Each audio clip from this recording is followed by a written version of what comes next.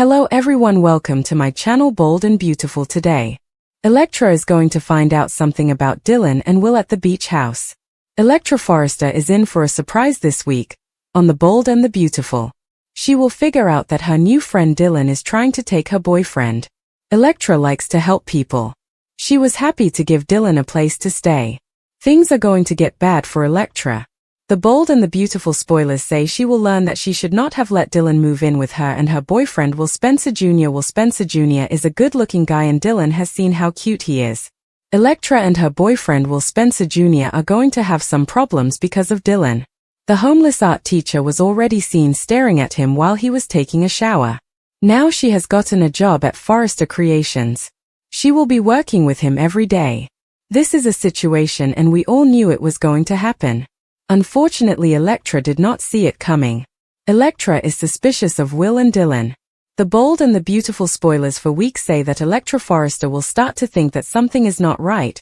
about all the time her boyfriend has been spending with the homeless art teacher. She really should have thought about this before she helped Dylan move into the guest house. The previews for the soap show that next Electra will see Dylan and Will getting along and it will bother her. The only person Electra had to worry about when it comes to her boyfriend was Luna Nozawa.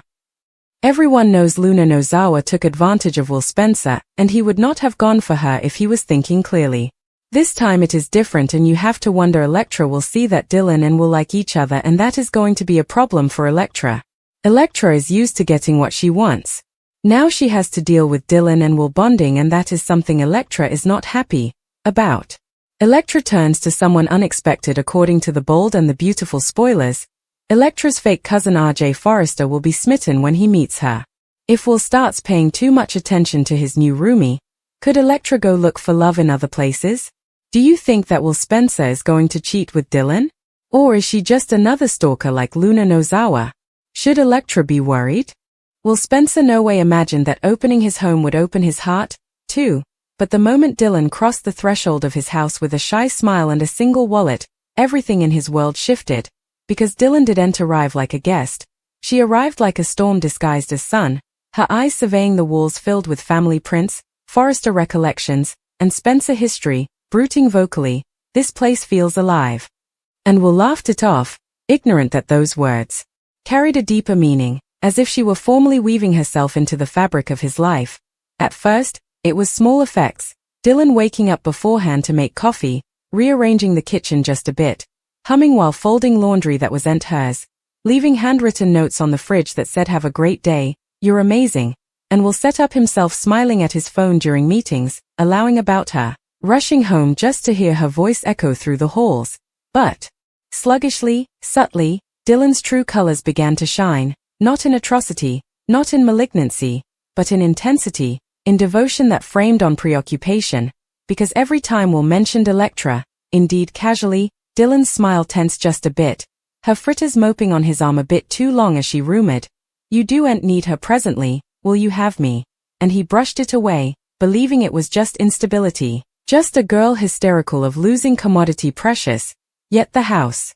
itself began to change under her presence. Prints of Will and Electra still faded, replaced with framed shots Dylan took of Will when he wasn't looking, her hoarse laugh echoing in apartments formerly silent, her incense drenching the air so deeply that indeed when she wasn't there, she was, and Brooke noticed first, her eyes narrowing when she visited and saw how Dylan stood beside Will, answering questions meant for him, pouring drinks like she possessed the place, saying "Our home," rather of "your house," and when Brooke gently asked, "Squeeze, are you comfortable then?" Dylan's response was soft, polite, and chillingly sincere, "I belong then." And the words traveled like lightning through the family, because belonging was a dangerous word in the Spencer Forrester world. Will tried to assure everyone, saying Dylan just demanded stability, that she'd been through so much, but late at night, when the house was quiet and Dylan coiled against him, her voice quivered with emotion as she rumored, "Promise you won't ever shoot me down." And he held her tighter, ignorant that each pledge was a chain binding him closer. Because Dylan wasn't just falling in love, she was anchoring herself, planting roots in his life, his routine, his future. And the turning point came the night Will casually mentioned that Electra might stop by to pick up some of her old effects, and Dylan's face went pale, her hands shaking as she set down her glass, her voice calm but edged with commodity raw.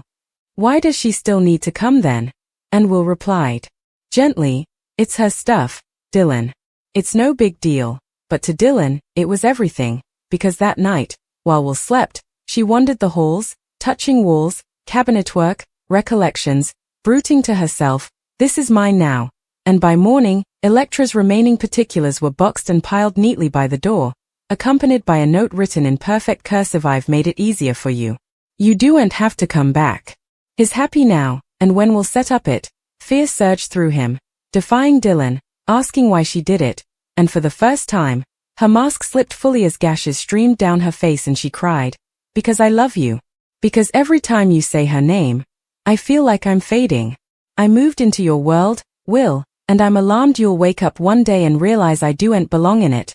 And he stood frozen, torn between compassion and alarm, because love was supposed to feel warm, not suffocating, yet when Dylan collapsed into his arms, bruiting over and over, you're my love, you're my home, you're everything, his heart broke for her, and rather of pushing her down, he held her, promising he wasn't going anywhere, not realizing that pledge would echo through every decision he made from that moment on, as Brooke advised Ridge that Dylan's devotion wasn't just affection, it was possession, and Ridge murmured, that girl isn't just in love, she's staking a claim, while Electra, reading the note in pulsing hands, felt the final door close between her and Will, realizing that Dylan hadn't just moved into his house, she'd moved into his life, his heart, and his future. And as Will stood in the doorway watching Dylan rearrange the living room with a smile, calling out, doesn't it feel more like us now? He forced a smile in return, ignorant that the house he allowed he participated had still come hers, and that Dylan's true colors weren't dark or evil, but dangerously devoted, painting a love so violent it could either come his ever or his death. Electra stood firm in the doorway of the sand house, the wind from the open yard doors whipping her hair around her face as the ocean roared behind her like it was echoing the trees and pounding in her casket, her eyes locked on the sight she no way believed she'd see, Dylan standing far too close to Will, his hand brushing Will's arm in a way that was unmistakably intimate, their voices low, conspiratorial, the air between them thick with secrets,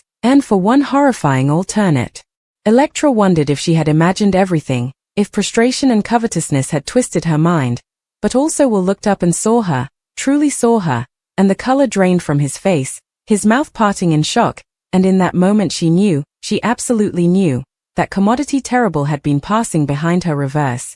Electra, stay, this isn't what it looks like, Will blurted, stepping forward, but she laughed, a sharp, broken sound that didn't feel like it belonged to her at each, her heart shattering in real time as she backed down, shaking her head, bruiting, don't you dare lie to me, while Dylan's expression shifted from guilt to commodity darker, more guarded, as if he'd been preparing for this moment each on, and he crossed his arms sluggishly, saying, she was bound to find out ultimately, which felt like a cutter ringing deeper inside Electra's casket. She demanded answers, demanded the verity, her voice cracking as she asked how long this had been going on, how numerous times Will had smiled at her while hiding this secret, how numerous times Dylan had pretended to be her friend while stealing pieces of her life, and Will tried again to reach her, averring that nothing physical had happened, that it wasn't an affair, that it was complicated, that he'd been confused, but confusion didn't explain the way he looked at Dylan,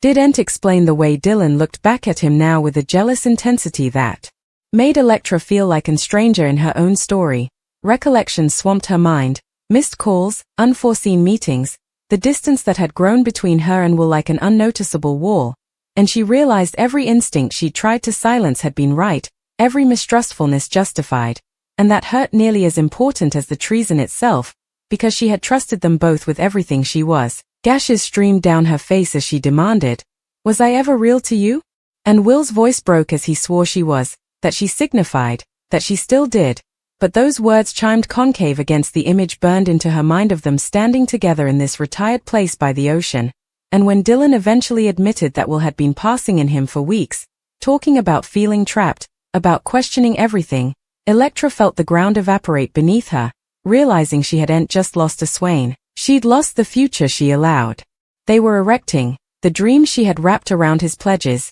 and she screamed, raw and paining, telling them both they had no right to make her feel disposable, no right to rewrite her life without her concurrence, and as she turned to leave, her legs shaking, Will chased after her, grabbing her hand, soliciting her not to go, but she yanked free, telling him that whatever he was searching for, it was end with her presently, not after this, not after being lowered in the place that formerly felt like a sanctuary, outdoors. The sky was bleeding orange and pink over the ocean, a cruelly beautiful background to the end of everything she knew, and as Electra stumbled down the way, blubbing, she pledged that she'd not let this be the moment that destroyed her, that she'd take her pain and turn it into strength. Indeed, as inside she felt like she was breaking into 1,000 irrecoverable pieces, while back in the sand house Will collapsed onto the settee, burying his face in his hands, visited by the look in Electra's eyes, and Dylan stood quietly, realizing that whatever he allowed, he wanted, it had come at a ruinous cost that could no way be undone.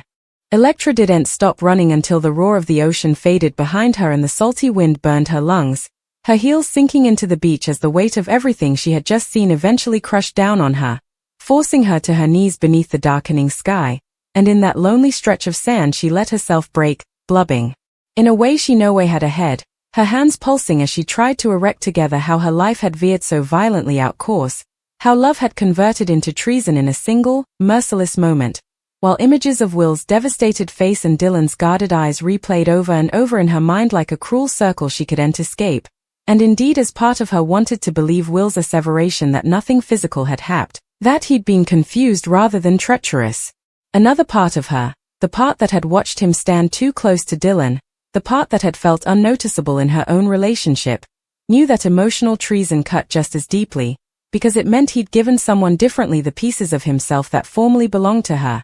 Hours latterly, when she eventually set up the strength to stand, her phone buzzed relentlessly in her fund, Will's name lighting up the screen again and again, but she couldn't bring herself to answer. Couldn't bear to hear his voice twist the cutter deeper with justifications and explanations she wasn't ready to reuse, and rather she drove erratically through the megacity, gashes blurring the streetlights into stripes of gold, until she ended up outside her mama's house, sitting in the auto long after the machine failed, wondering how she'd explain that the man she loved had shattered her heart with secrets she no way saw coming.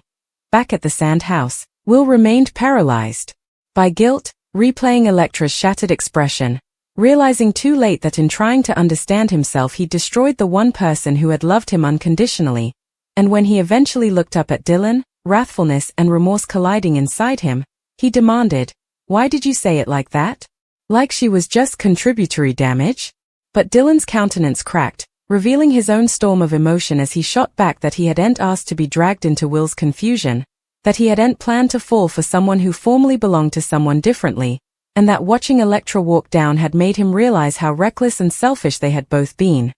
The words hung heavy between them, the ocean crashing beyond the walls like a grim memorial that nothing could be undone, and for the first time Will questioned whether whatever spark he'd felt with Dylan had been worth losing the woman who had anchored him when everything differently felt uncertain.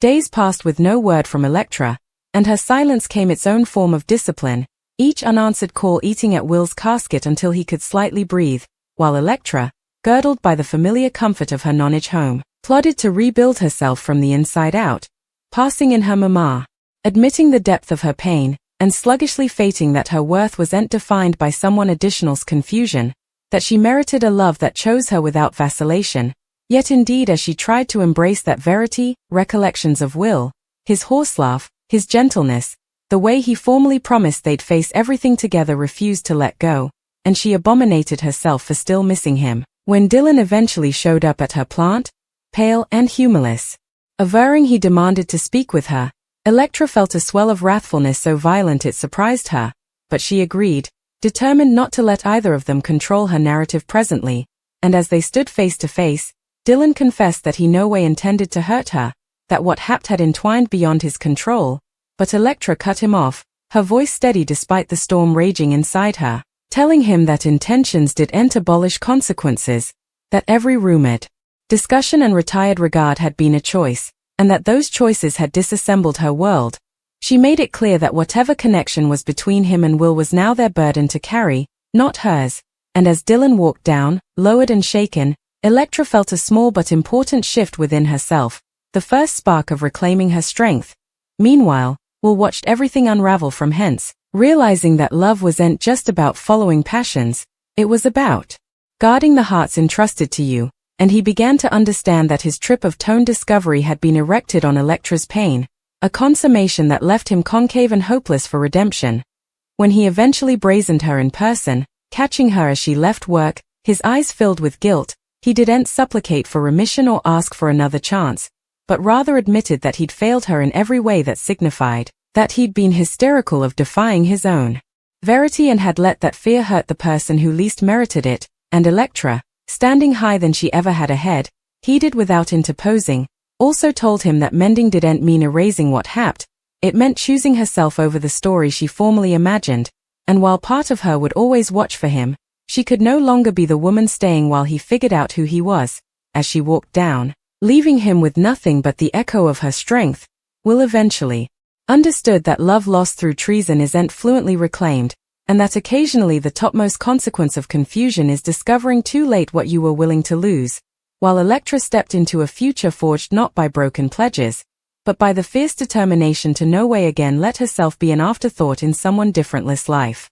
Electra allowed the pang would ultimately dull, that time would smooth the jagged edges of what Will and Dylan had done, but rather it evolved into commodity sharper, more focused, a quiet resoluteness that followed her far and wide, reminding her that survival wasn't the same as mending, and that if she wanted further than simply to endure, she had to review who she was beyond the girl who had been blindsided at a sand house by two people she trusted, and so she poured herself into her work, into Gemütlichkeit she had neglected, into long walks that left her muscles burning and her mind clearer than it had been in weeks, determined to transfigure her heartache into instigation. Yet late at night, when the world went still, recollections slipped through the cracks. Will's hand in hers, the way he formally rumored her name like it meant commodity sacred, and she'd lie awake wondering how commodity so real could disintegrate so fully. Across city, Will drifted through his days like a shadow of himself, visited not just by Electra's absence but by the consummation that he'd fractured his own integrity,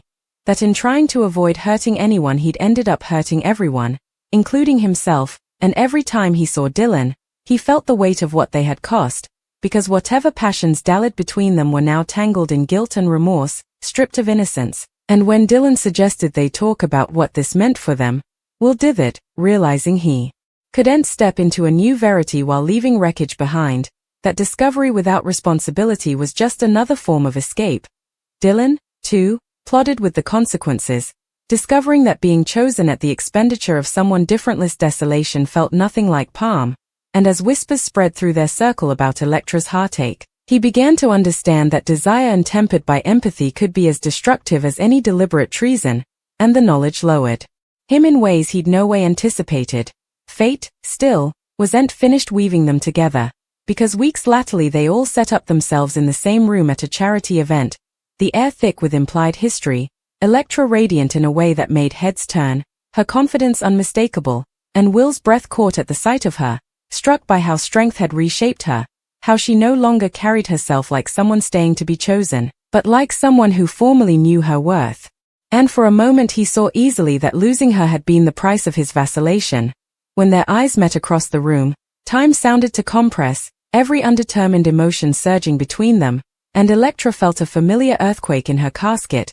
but she sustained herself, refusing to let nostalgia blur reality, because she had learned that love without certainty was a threat she'd no longer take. Latterly, when Will approached her, regardful and conditional, she allowed the discussion, not out of weakness but from a place of power, and as he told her that he'd begun remedy, that he was eventually defying the questions he'd avoided, she heeded, proud of his growth yet bent in her boundaries, telling him that while she hoped he set up clarity, her path no longer bisected with his in the way it formerly had, and the futurity in her voice wasn't cruel, it was honest. Dylan watched from a distance, fating that Electra's metamorphosis wasn't just survival, it was elaboration, and for the first time he understood that the woman he'd helped hurt was the strongest person among them, that she had surfaced not bitter but tone-defined, and that consummation dallied long after the event ended. In the days that followed, Electra began to fantasize a unborn unstructured by treason, one where love would be a choice made in certainty, not confusion, and though scars remained, they no longer mandated her direction, because she had learned that being broken didn't mean being defeated, that walking down could be an act of courage, and that occasionally the most important ending is the one where you choose yourself, leaving behind those who weren't ready to choose you in return.